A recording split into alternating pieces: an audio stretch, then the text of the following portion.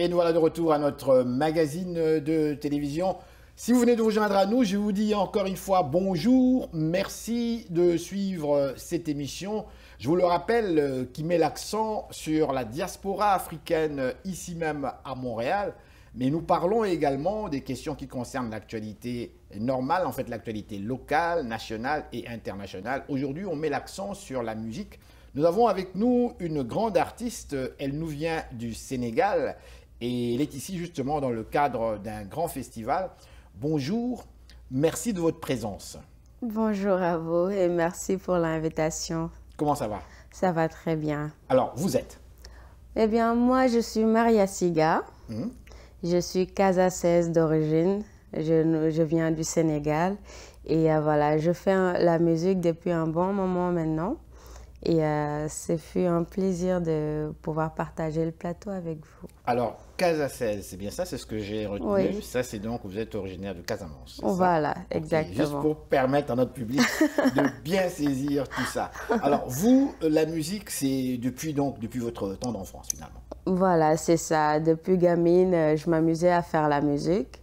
Mais jamais je n'aurais pensé qu'un jour, j'aurais professionnalisé la musique. Mais bon, ça fait maintenant 4 ans que je me suis concentrée à la musique et que, voilà, que j'ai fait de la musique mon boulot. Oui. Et voilà, ça se passe bien depuis. Mais dites-moi, qu'est-ce qui a provoqué cette étincelle là, parce qu'on ne se dirige pas comme ça prend quand même beaucoup de temps. Ouais, ça prend beaucoup de temps aussi. La musique, c'est quand même la création. Hein? C'est quelque chose souvent qui est interne, qui est souvent personnel. Et on va travailler, on a beaucoup d'idées, on a beaucoup d'inspiration. Mais qu'est-ce qui fait que vous vouliez justement faire ressortir cela ça a commencé, effectivement, ça a commencé depuis mon tendre enfance, comme je viens de vous le dire. À l'école, par exemple, quand je voulais apprendre mes leçons, quand je voulais que ça rentre vite, par exemple. Il fallait que je chante mes leçons, je prenais plaisir à le faire. Et pendant les récréations... Vous chantiez vos leçons? Je les chante pour pouvoir mieux les retenir et ça marche à chaque fois, donc... C'est bizarre, vous n'êtes pas la seule à avoir fait ça. Je fais ça aussi avec les cours de latin. Ah ouais? C'est terrible, je n'arrivais pas. Alors, et ça marche bien. J'ai répété « In wikina, insula, est magna silva ». Alors, vous étiez, en fait, vous vous êtes produit dernièrement, en fait, dans les plus grandes places, en fait, connues à Montréal. Ouais. On vous a vu au Club Balatou. Ouais. On vous a vu aussi, je pense, au Lion d'Or. Au Lion d'Or aussi. Donc, vous avez fait les deux endroits. C'était dans le cadre du Festival mondial des femmes du monde d'ici et d'ailleurs. Donc, voilà, c'était ma première fois de venir à Montréal. Ah bon? Voilà, et c'est un grand plaisir. Alors, parce que... la question simple, comment vous avez trouvé ce public montréalais? Super chaleureux. Très franchement, j'ai beaucoup kiffé. Partout où je vais, les gens me reçoivent bien. Mais là, à Montréal, franchement, c'était... Vous étiez chez vous? J'étais chez moi. Avouez qu'il y avait quand même beaucoup de Sénégalais. Il y avait beaucoup de Sénégalais, de Sénégalaises, de la communauté casaçaise qui sont venus me soutenir. Franchement, ça, rien à dire. Vous avez adoré? Voilà, j'ai adoré. On va rentrer dans le fond un petit peu de votre musique. On a 3 titres ici, mais quand même, qu'est-ce qui vous inspire aujourd'hui?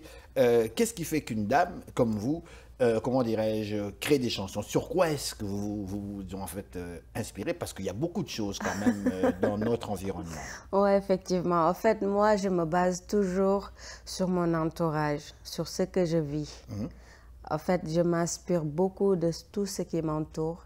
Et voilà, c'est ça. Ce que je vis, je le sors. Je l'écris et voilà, ça me permet... Voilà, voilà, j'ai écrit un titre qui s'intitule Asekao. D'ailleurs, ça va porter le nom de mon album. Oui, votre prochain album. Ouais, c'est fin prêt et là, on reste plus qu'à choisir la date de sortie. Et voilà, Asekao, ça veut dire la femme. La femme, moi, je me suis inspirée de ce titre en parlant de ma mère. J'ai pris exemple sur ma mère. Et j'ai pris exemple aussi sur beaucoup de femmes. Si tu vas en Afrique, au Sénégal par exemple, tu te lèves à 4 heures du matin sur les arrêts de bus, tu trouves des femmes partout avec des paniers, des gros sacs pour aller chercher des poissons, pour aller revendre. Elles se lèvent très tôt des femmes vraiment courageuses et qui sont prêtes à tout pour soutenir leur famille. Donc ça, c'était un truc de ouf que moi j'ai trouvé que voilà, c'était une courage de... Les femmes sont fortes. Ouais, les elles femmes, sont fortes, franchement. Elles sont vraiment fortes. Elles souffrent, mais elles ne lâchent rien. Alors, si vous voulez bien, on va aller justement vers ce premier extrait. C'est Aseko, donc on traduit, c'est femme. Femme. Femme, ça c'est en Wolof ou en... Femme, c'est en français. Oui. Et en Wolof, on dit jigen. Digen. Jigen, Digen, voilà. c'est femme. Voilà, Alors, on y va donc avec Aseko. Oh yes.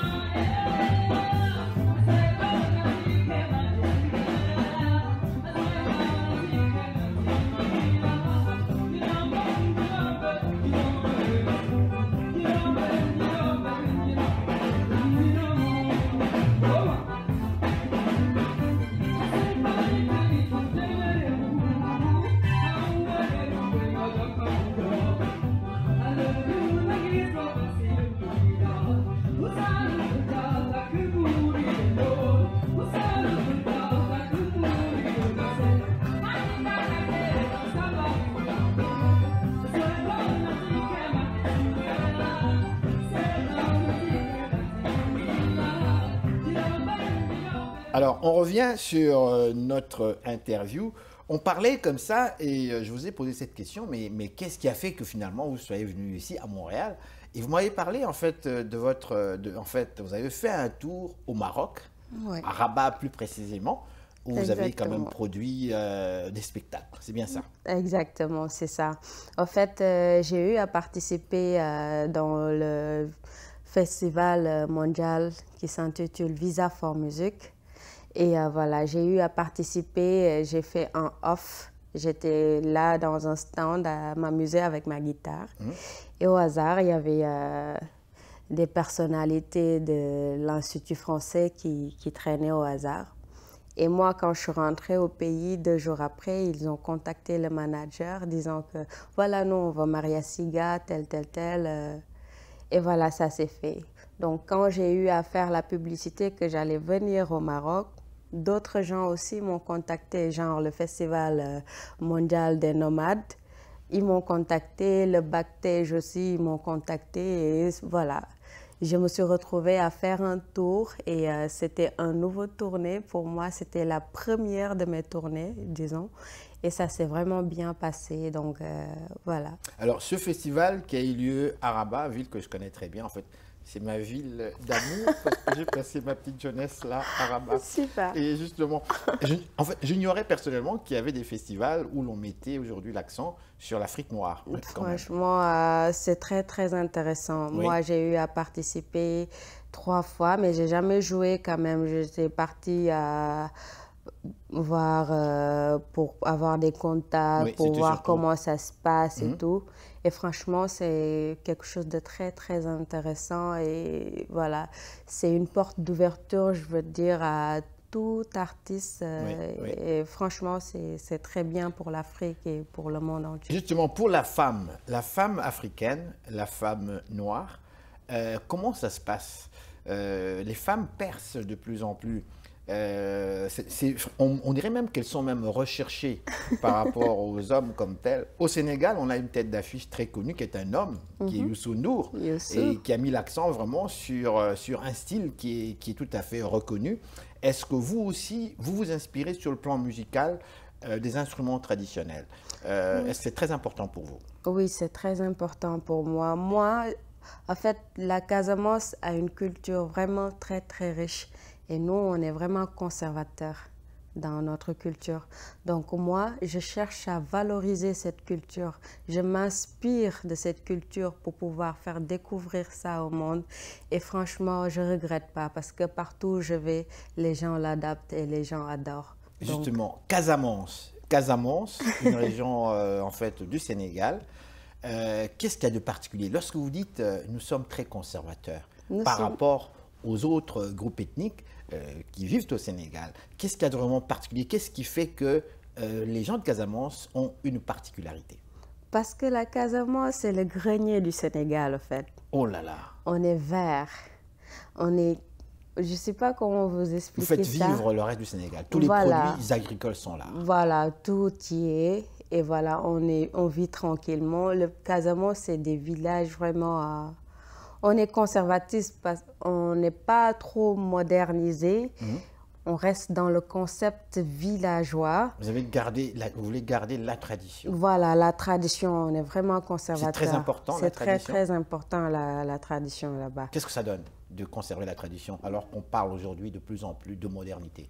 Non, ça ne nous empêche pas d'être moderne. Au contraire, il y a beaucoup de Casacés qui sont modernisés, mais quand même, dès qu'ils retournent au pays, dès qu'ils retournent en Casamance, voilà, ils se sentent chez eux. On se sent naturel, quoi. Voilà, c'est naturel, ça vient naturellement, quoi. Il y a le respect, parce que là-bas, le respect, franchement, c'est l'éducation de base. On tient beaucoup à l'éducation. Justement, le respect, ce grand mot-là, qu'est-ce que ça représente? Vous dites que c'est très important. Sur le plan concret, pourquoi le respect est-il très important? Le respect est très important parce que pour nous, un aîné, on doit toujours respecter. Parce que si tu vois sur les titres de mes chansons, je promouvois beaucoup ce genre de message.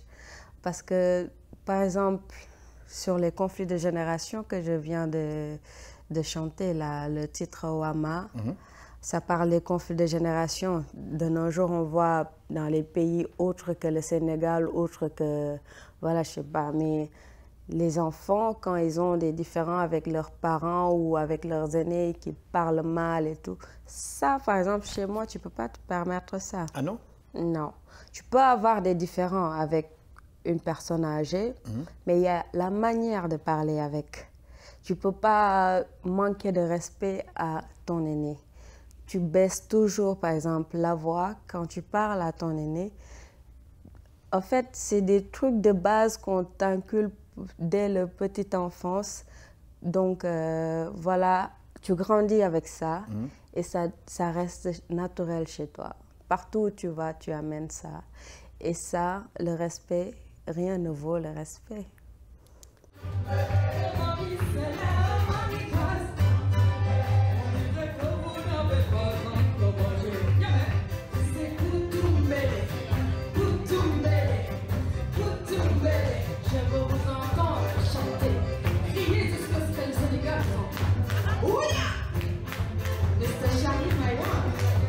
Yes, mon général.